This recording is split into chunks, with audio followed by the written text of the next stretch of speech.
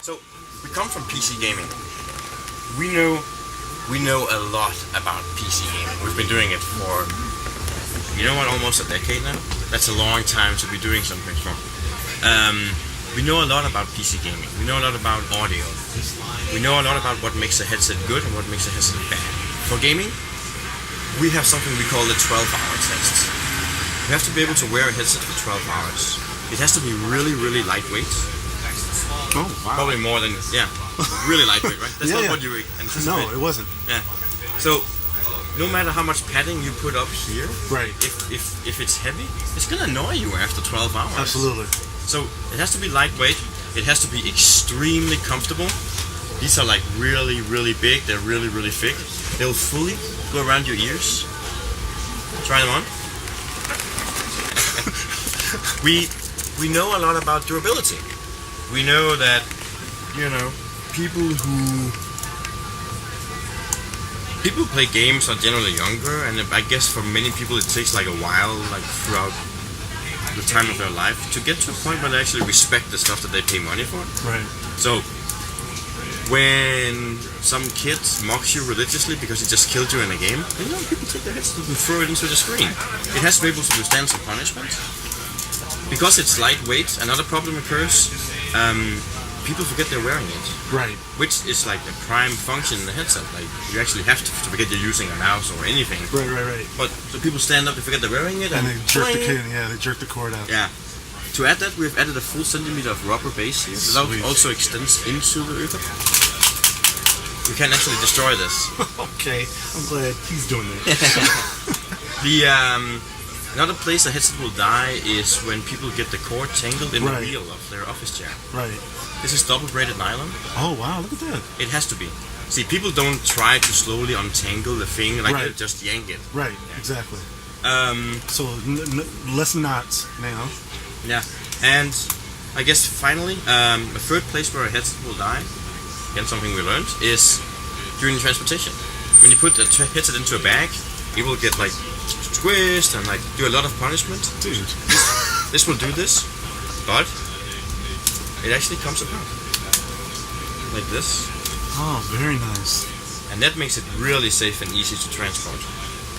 Very cool. Now, that was a little about the headset, like the mechanical design of it. When it comes to audio, one misconception in gaming audio, I think, is that bass is awesome and better. The more basses, the better. And it can be, but not from a performance perspective, to be honest. When you're playing a racing game, you're going around a racetrack. You don't want to have the of the engine, like drown everything out, or like having a deep, powerful bass. What you probably want to hear is like the tires, the screeches of your brakes. Those sounds actually help you. And that's how you avoid like going into the grass or like mowing through like spectators or whatever. In a first-person shooter game, you want to hear footsteps, you want to hear gunfire. Anything that's like, oh yeah, the guy is over there, 15 degrees to the left, and he's slightly above me. Something that'll give you like his location away before you actually see him come around the corner. That will give you an advantage. That's not a bass sound. It's something else. So we've spent a lot of time like trying to perfect the soundscape in this and working with people who play games for a living or aspire to do so. Right. And they bring in a lot of knowledge like, hey, this sound in this game is really important. So the soundscape has really been optimized for gaming. It's something we take really, really seriously. It's easy to do, a headset. It's easy to do just a pair of cans that play music. I think a lot of thought goes into making something that's also great for gaming. But if you can make something that's good for gaming, you've made something that's probably great for everyone else on the planet. This is the headset. It comes with something we call the audio mixer. This is a prototype. It will look different in the final version. But the way you use the audio mixer is you plug it into your controller like this. Now, it's big. It will change its form in the final form, but it will be big. But nothing here will actually like be annoying to you. Right. No, you really have to hold your controller like in a really weird way for this to like actually be annoying. It has a couple of things. It has a microphone on off. Oh wow. Which like mom, you know. Right. It has 2 volume controls. Guess why? Xbox Live voice and the in-game audio, so you can regulate them independently. Wow, that makes a lot of sense. Very right? good. Yeah. We took a long look at communication on Xbox Live. Communication on Xbox Live is radically different from PC gaming. Right. In PC gaming, communication will necessarily have to be really disciplined. The most popular shooter game on the planet in terms of PC gaming is Counter-Strike. It's being played competitively 5-on-5. When you have 5 people who are sitting in different parts of the country, they're playing together, you get to a point where when one of those people screw up, like the rest of the team is being punished immediately, immediately. So communication becomes really, really disciplined. Right.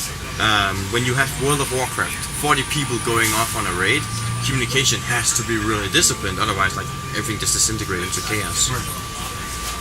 The reason why you can do that on a PC is because you have so many buttons available to you on your keyboard. You probably have like 17 buttons within thumb reach when you're playing. You don't have that on a controller. Right. On a controller, you're using everything you have already, and you don't have any more keys. If I play Modern Warfare 2 right now, I'm using every button is being used. So even if I could add like a push to talk button here, or made some contraption and I put over the controller, it wouldn't make sense because you're already busy using your fingers. So we sat down and said, okay, so how can we actually make communication slightly more disciplined? And how can we bring a level of precision into communication? And that's the secret button underneath here. We call the feature Live Mix. Okay.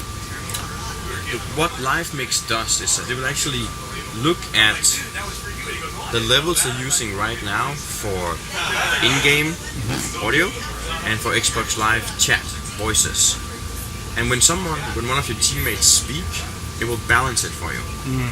Perfect balance. So basically, it will be keeping like the same decibel level, but it will balance the sound so it becomes easier and more clear for you to hear your teammates.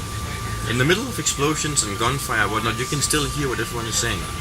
We chose this solution because while we've looked at other products out there that have like an amplify feature or a boost feature or like some kind of magnification feature for audio, it doesn't make sense to us because when we sit down and the people we test with sit down, the first thing they do is like they adjust their television or their headset or whatever it is to the highest volume that they feel comfortable with. They don't adjust it to something louder than they feel comfortable with or something softer. They go to the exact level that they want it to be, depending on the environment they're in. It could be a wife they don't want to disturb, or it's 3 a.m. they don't want to wake up the neighbor, or whatever it is.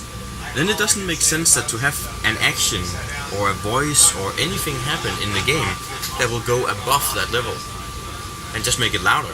It doesn't make sense to us. So that's why we chose like the Live Mix feature. We think it makes sense on like a lot of different levels. Now that adapter that you're showing, I see the cord. Now that's going to plug onto the wireless controller, and that's going to plug into the Xbox. Straight into the Xbox. Yeah. Very cool. Yeah. Very cool. I feel this is a really good entry into this for us as a predominantly PC gaming company to venture into console. It's, we've been looking at it for a while, and we're lucky enough to work with some people who play Xbox on like a really high level, and we were lucky enough to be able to empty their brains and like learn a lot from those guys. So when do you expect this? When do you guys expect this out? August. August. August. Right around the corner. Yeah.